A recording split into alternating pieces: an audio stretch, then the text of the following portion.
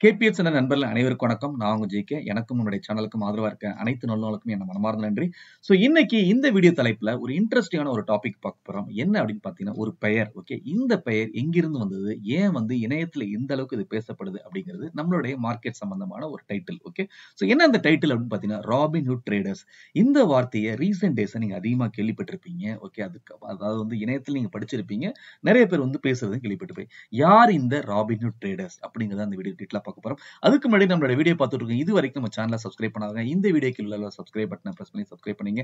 பக்கத்துல உள்ள பெல் பட்டனை பிரஸ் பண்ணி என்னோட புதிய வீடியோக்கள் உடனே நோட்டிஃபிகேஷன் கிடைக்கும். அது மட்டும் இல்லாமல் நம்மளுடைய சேனலை டெலிகிராம் மற்றும் ஃபேஸ்புக்ல நீங்க ஃபாலோ பண்ணலாம். அதுக்கு நீங்க பண்ண வேண்டிய விஷயம் கேபிஎஸ் டைப் பண்ணி சர்ச் பண்ணி ஃபாலோ பண்ணிக்கலாம். நீங்க பங்குச்சந்தை புதியதா இருந்து இது வரைக்கும் டிமேட் அக்கௌண்ட் ஓபன் பண்ணலாம். இந்த வீடியோ கீழே ஜெரோதா மற்றும் அப்ஸ்டாக்ஸ்க்கான டிமேட் அக்கௌண்ட் லிங்க்ஸ் கொடுத்திருக்கும். அந்த லிங்கை கிளிக் பண்ணி நீங்க அக்கௌண்ட் ஓபன் பண்ணிக்கலாம். ஓகே, சோ இன்னைக்கு நம்ம பேச போற டாபிக் என்ன அப்படின்னு பாத்தீங்கன்னா, ராபின்ஹுட் ட்ரேடர்ஸ். ஓகே, சோ இந்த வீடியோனுடைய தம்ப்நெயில்ல யார் இந்த ராபின்ஹுட் ட்ரேடர்ஸ் அப்படின்னு சொல்லிட்டு கொடுத்திருக்கேன். ஓகே, சோ இந்த ராபின்ஹுட் ட்ரேடர்ஸ் இல்ல ராபின்ஹுட் ட்ரேடிங், ராபின்ஹுட் இன்வெஸ்டிங் அப்படின்னு சொல்லிட்டு நிறைய நீங்க கேள்விப்பட்டிருப்பீங்க. ஓகே, சோ இது பாத்தீங்கன்னா பர்டிகுலரா இன்னைக்கு மில்லேனியர்ஸ் என்ன சொல்லுவாங்கன்னா, இப்போ உள்ள ஒரு யங்ஸ்டர்ஸ். ஓகே, அதாவது இந்த யங்ஸ்டர்ஸ் பேருக்கு ராபின்ஹுட் ட்ரேடர்ஸ் அப்படின்னு சொல்லிட்டு வருது. அப்ப இந்த ராபின்ஹுட் ட்ரேடர்ஸ் அப்படிங்கிறது எங்க வந்துச்சு?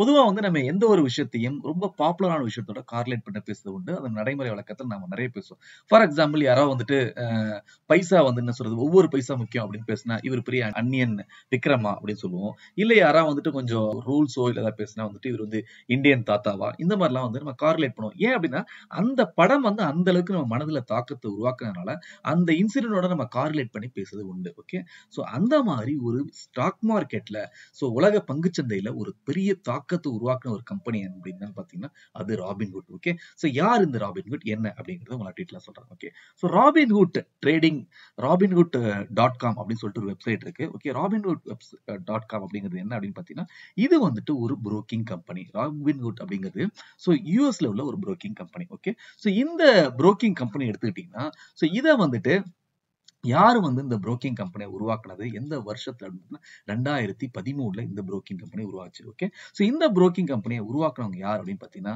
சோ பிஜு, அதாவது பைஜு பட் அப்படிங்கிறவரு. ஓகே, அதுக்கப்புறம் விலாட் அப்படிங்கிறவர் இவங்க ரெண்டு பேரும் இந்த புரோக்கிங் கம்பெனியை உருவாக்குனாங்க.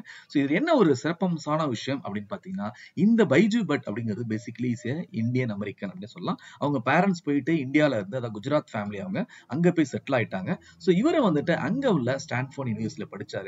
அப்ப இவருக்கு நட்பு கிடைச்சது விலாடுன்னு சொல்லிட்டு.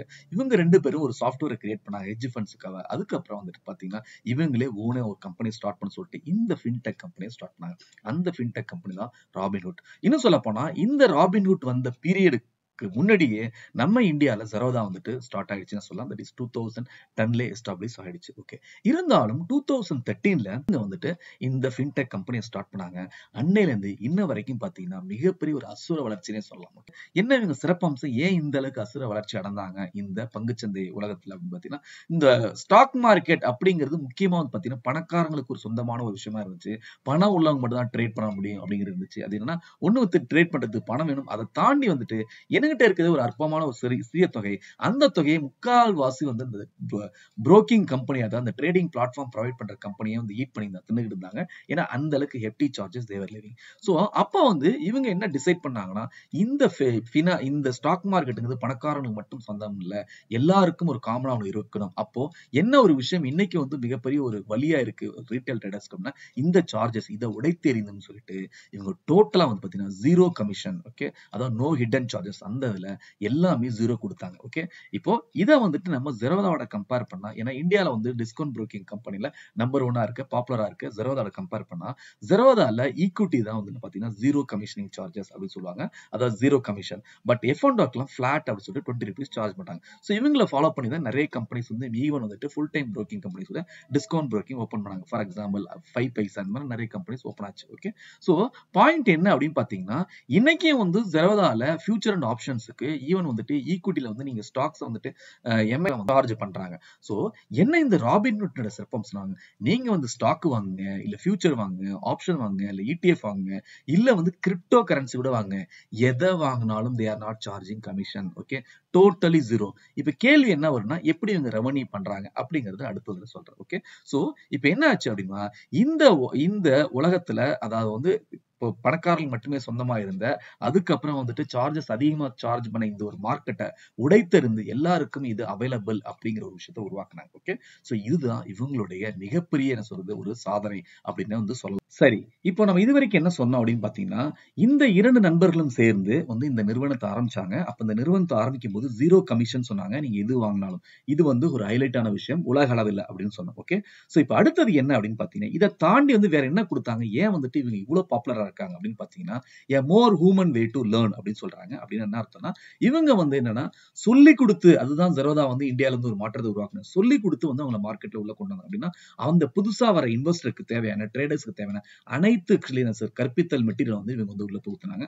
Zerodhaல இந்தியால கம்பேர் பண்ணினா அவங்களும் அப்படிதான் வந்து வர்சிட்டி அப்படிங்கிறது கிரியேட் பண்ணாங்க. அதை விட நம்ம லாஸ்ட் ஆக்சுவலி ஒரு வீடியோல வந்து ரிவ்யூ பண்ணோம். அடுத்து வந்து பாத்தீங்கன்னா இந்த கண்டென்ட்ஸ் எல்லாம் நீங்க கிளிக் பண்ணீங்கன்னா, அதாவது வந்து உள்ள போய் பாத்தீங்கன்னா ரொம்ப வந்து அழகா ஒவ்வொரு ஆர்டிகளும் ஒரு ஆக்சுவலி யதார்த்தமான ஒரு பிக்சர்ஸோட வந்து எக்ஸ்பிளைன் பண்ணியிருப்பாங்க. இது எல்லாத்தையுமே நான் படிக்க சொல்லி உங்களுக்கு நான் வந்துட்டு ரெக்வஸ்ட் கொடுக்குறேன். ஏன் அப்படின்னா அவ்வளவு சிம்பிளான ஒரு ஆக்சுவலி மெட்டீரியல்ஸ் அதுல இருக்குது. ஓகே, எல்லா டாபிக்கும் இருக்குது. ரெண்டாவது எடுத்தீங்கன்னா truly digestible finance news. Okay, so once வந்து நீங்க இன்வெஸ்ட்மெண்ட்க்கு வந்துட்டாலோ இல்ல ட்ரேடிங் வந்துட்டாலோ உங்களுக்கு தேவையான விஷயம் என்னன்னா மார்க்கெட் சம்பந்தமான துணுக்குகள், மார்க்கெட் சம்பந்தமான விஷயம். ஓகே, இதை வந்து அழகா வந்து பாத்தீங்கன்னா மார்க்கெட் ஸ்நாக்ஸ் அதை வந்து பாத்தீங்கன்னா ரீசெண்டா அவங்க கன்வெர்ட் பண்ணாங்க அந்த நேம் ராபின்ஹுட் ஸ்நாக்ஸ் அப்படிங்கிற ஒரு டைட்டில் வந்து இந்த விஷயங்கள்லாம் ஷேர் பண்றாங்க. இது வந்து ஒரு ரெண்டாவது சிறப்பம்சம் அப்படின்னு சொல்லலாம். Okay, so truly digestible financial news.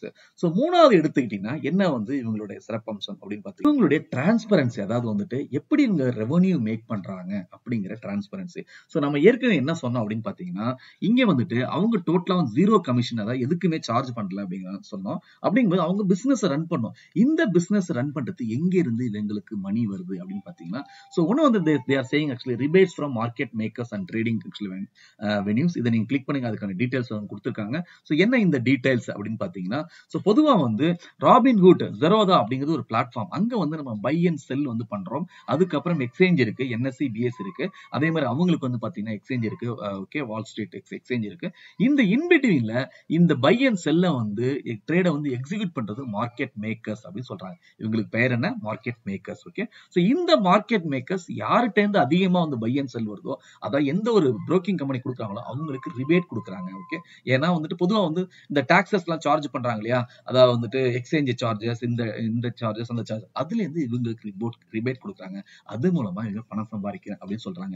So அப்படின்னு என்ன சொல்ல வரேன்னா இவங்க வந்து எந்த ஒரு ஹிடன் சார்ஜஸ் இல்லைன்னு சொல்ல, அப்ப எப்படி பணம் சம்பாதிக்க எல்லாரும் ஒரு கேள்வி எழும் இல்லையா, அந்த கேள்விக்கான பதில வந்து ரொம்ப தெளிவா வந்து டிரான்ஸ்பரண்டா கொடுக்குறாங்க.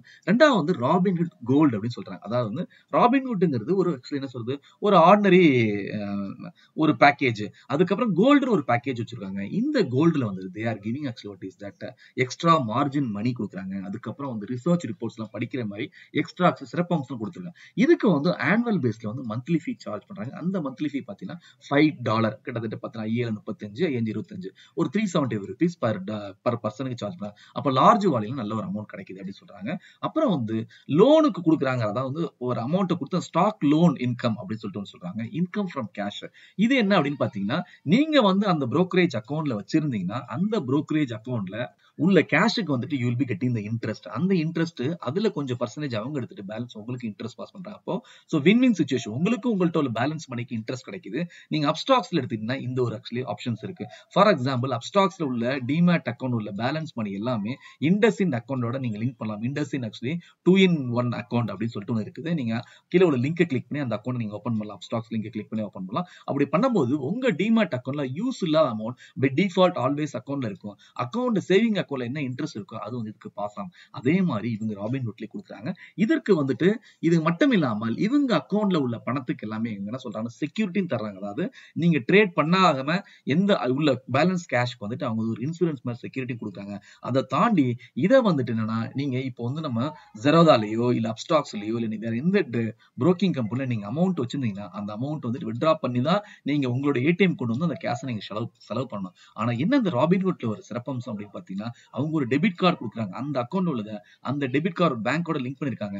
நீங்க அந்த டெபிட் கார்டை பயன்படுத்தி வெளியில இருந்து நீங்க யூஸ் பண்ணலாம். இதெல்லாம் சிறப்பம்சம். ஓகே, சோ இந்த டெபிட் கார்டு கொடுக்கிறதுக்கு they are actually paying some money. அவங்கள்ட்ட அக்கௌண்ட் ஓபன் பண்றாங்க இல்லையா, சோ இந்த மாதிரி வேற ஆக்சுவலி இந்த மாதிரி வழிகளை வந்து அவங்க என்ன சொல்றாங்கன்னா நாங்க வந்து சம்பாதிக்கிறோம் அப்படின்னு வந்து சொல்றாங்க. ஓகே, சோ இதுதான் வந்து ராபின்ஹுட்டை பத்தி பிசினஸ் பத்தின இன்ஃபர்மேஷன். ஓகே, நம்ம இந்த வீடியோனுடைய டைட்டில் சொன்னா யார் வந்து ராபின்ஹுட் ட்ரேடர்ஸ் இல்ல ராபின்ஹுட் இன்வெஸ்டர்ஸ் அப்படின்னு சொன்னோம். அப்ப எப்படி இந்த பேர் வந்துச்சு? இப்ப ரீசெண்டா பாத்தீங்கன்னா இணையத்துல அதாவது மார்க்கெட்ல வந்து பாத்தீங்கன்னா ஒரு குளோபல் யூஎஸ்ல வந்துட்டு கேம் ஸ்டாப் அப்படிங்கிற ஒரு கம்பெனி, அதாவது ஃபண்டமெண்டல் அனலைசிஸ் பிரகாரம் ஒர்த்தில்லாத கம்பெனி கிட்டத்தட்ட 1700% வந்து ரேலி ஆச்சு. அதற்கு வந்து ரெட்டிட் ஃபோரம் பீப்புள்லாம் காரணம் அப்படின்னு சொல்லிட்டு சொல்லியிருந்தாங்க. அப்படின்னா ரெட்டிட்ங்கிறது ஒரு சோசியல் மீடியா. அங்க வந்து ஒரு குரூப் இருக்கு. அந்த குரூப்ல வந்துட்டு ஹெட்ஜ் ஃபண்ட் கம்பெனிக்காரங்க வந்துட்டு இது ஷார்ட் செல் பண்ண போறோம் அப்படின்னு சொல்லியிருந்திருக்காங்க. அதான் வந்து சேலஞ்ச் பண்ற மாதிரி இவங்க என்ன பண்ணிட்டாங்கன்னா, இந்த இணையத்துல இந்த ஃபோரத்துல உள்ள புது யங்ஸ்டர்ஸ்ல இந்த யங்ஸ்டர்ஸ்னா அதாவது இந்த நியூ மார்க்கெட்டுக்கு புதுசா வந்த நியூபீஸ் சொல்லுவாங்கல்ல, இவங்க வந்து அதை வந்து டோட்டலி பை பண்ணிருக்காங்க. அப்படி ஒரு நடந்த ஒரு சம்பவம் தான் கேம் ஸ்டாக் வந்து ஒரு சடன் ரேலி ஆனிச்சு. ஓகே, சோ இதற்கும் வந்து ராபின்ஹுட்டுக்கு என்ன சம்பந்தம் அப்படின்னு பாத்தீங்கன்னா, ராபின்ஹுட் வந்து இன்னைக்கு வந்து பாத்தீங்கன்னா கிட்டத்தட்ட ஒரு 2020 வரைக்குமே 13 மில்லியன் அக்கௌண்ட்ஸ் ஆக்சுவலி வச்சிருந்தாங்க. அப்படின்னா என்ன அர்த்தம்? 1.3 crore actually account. Okay, so இவ்வளவு அக்கௌண்ட் வந்து அவங்க ஓபன் பண்ணியிருந்தாங்க, டிமேட் அக்கௌண்ட். சோ இந்த டிமேட் அக்கௌண்ட்ல கிட்டத்தட்ட 50% ஆஃப் த பீப்புள் வந்து பாத்தீங்கன்னா ரொம்ப வந்து மில்லேனியல்ஸ்னா சோ நியூ கமர்ஸ், மார்க்கெட்டுக்கு வந்து நியூ கமர்ஸ், அவங்களுக்கு எதுவுமே தெரியாது, எக்ஸ்பீரியன்ஸ் கிடையாது. ஓகே, அப்போ அவங்க என்ன வந்து படிக்கிறாங்களோ, என்ன வந்துட்டு விஷயத்தை கேள்விப்படுறாங்களோ, டிப்ஸ் இவங்க எல்லாமே எக்ஸிக்யூட் பண்றவங்க. அப்படி இந்த ஓவரால் புரோக்கிங் இண்டஸ்ட்ரியில யூஎஸ்ல எக்ஸிக்யூட் பண்றவங்க எங்க அப்படின்னு பார்த்தீங்கன்னா இந்த ராபின்ஹுட்ல தான் அதிகமா. ஓகே, சோ பாயிண்ட் என்னன்னா, இந்த ராபின்ஹுட் எந்த அளவுக்கு வந்துட்டு ஒரு இந்த ஃபின்டெக் டெக்னாலஜில வந்து ஒரு புரட்சி ஏற்படுத்தினாங்க, அதே மாதிரி ஒரு கெட்ட பேரும் ரீசெண்டா வந்துச்சு. ஓகே, சோ என்ன அப்படின்னா, இந்த மாதிரி வந்துட்டு ராபின்ஹுட் தான் வந்து அங்க உள்ள அந்த இன்வெஸ்டர்ஸ், இந்த ட்ரேடர்ஸ் தான் காரணம் இந்த கேம் ஸ்டாக் மேல போறதுக்கு. அதுக்கப்புறம் இப்போ ஓல்டு எரால உள்ள இந்த பிளாக்பெரி கம்பெனிலாம் வந்து ஒரு ஒர்த்தே இல்லாத ஃபண்டமெண்டல் அனலிசிஸ் கம்பெனிலாம் வந்து தேவர் ஆக்சுவலி என்ன சொல்றது ஒரு பென்னி ஸ்டாக்ஸ்லாம் மேல கொண்டு போயிட்டு தான் இந்த ஒரு சம்பவம் ராபின்ஹுட். சோ இப்போ இந்த மாதிரி யாரெல்லாம் வந்துட்டு என்ன சொல்ற புதுசா மார்க்கெட்டுக்கு வந்து அக்கௌண்ட் ஓபன் பண்ணாங்களா யூஎஸ்ல, அந்த பெயர் தான் வந்து இங்க வந்து Covid actually lockdown period account open பண்ணாங்களா நியூபீஸ், அவங்களுக்கு ஒண்ணுமே தெரியாது, சிம்பிளி வந்து வாங்கிட்டு இருப்பாங்க. ஈவன் வந்துட்டு ஒரு ப்ளூம்பர்க்ல ஒரு ரிப்போர்ட் வந்துச்சு, கிட்டத்தட்ட 800 பென்னி ஸ்டாக்ஸ் டபுள்டு ட்ரிபிள்டு அப்படின்னு சொல்லிட்டு அர்த்தம். சோ இந்த மாதிரி பீப்புள் வந்துட்டு அவங்களுக்கு தெரிஞ்சது பிலோ 100 ருபீஸ், பிலோ 5 ருபீஸ் இந்த மாதிரி பென்னி ஸ்டாக்ஸ் எடுத்து பிலோ பென்னி ஸ்டாக்ஸ்ங்கிறது பிலோ 20 ருபீஸ் இதை எடுத்து வந்து வாங்குறது, இதை வந்து மேல ஏத்துரு, இதுதான் பண்ணியிருந்தாங்க. ஆக்சுவலா வந்து பாத்தீங்கன்னா இது ஸ்டாக் மார்க்கெட் எகெயின்ஸ்ட் ஆன ஒரு விஷயம், ஃபண்டமெண்டல் இல்லாத ஒரு ஆக்சுவல் கம்பெனி மேல உயர்த்துது. சோ இப்படிதான் இந்த ராபின்ஹுட் ட்ரேடர்ஸ் இல்ல ராபின்ஹுட் இன்வெஸ்டர்ஸ் அப்படிங்கிற பெயர் இந்தியாவில உள்ள மக்களுக்கு வந்துச்சு. அதாவது இப்ப இந்த பீரியட்ல ஓபன் பண்ணாங்க, அதே டயத்துல மார்க்கெட்டுக்கு எக்ஸ்பீரியன்ஸ் இல்லாதவங்க. இன்னும் சொல்ல போனா இந்த பீரியட்ல வந்து ஈவன் நான் ஏற்கனவே சொன்ன மாதிரி சோ அதிகமான டிமாட் அக்கௌண்ட் ஓபன் பண்ண பீரியட், ஈவன் வந்து 300% அதிகமா வந்து அக்கௌண்ட் ஓபன் ஆச்சுன்னு ஜெரோதா சொன்னாங்க.